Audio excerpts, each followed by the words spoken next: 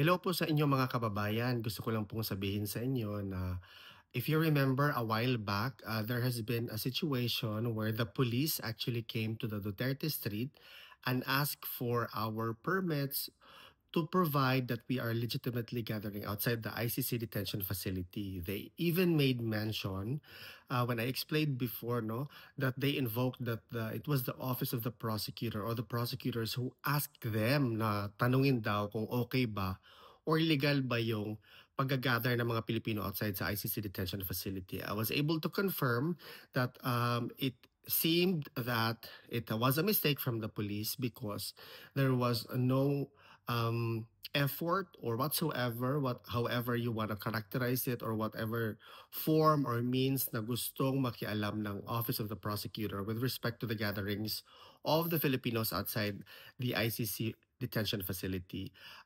Just to make all of our kababayan be comfortable po, I would like to inform you na meron po tayong permit and we are legally assembling there outside ICC detention facility to show our love and support and to enjoy each other's company. And hopefully this effort will pierce through the wall of the ICC detention facility and for our former president to feel our presence. So ipagpatuloy po natin ito hanggang sa dulo. Mabuhay po tayong lahat.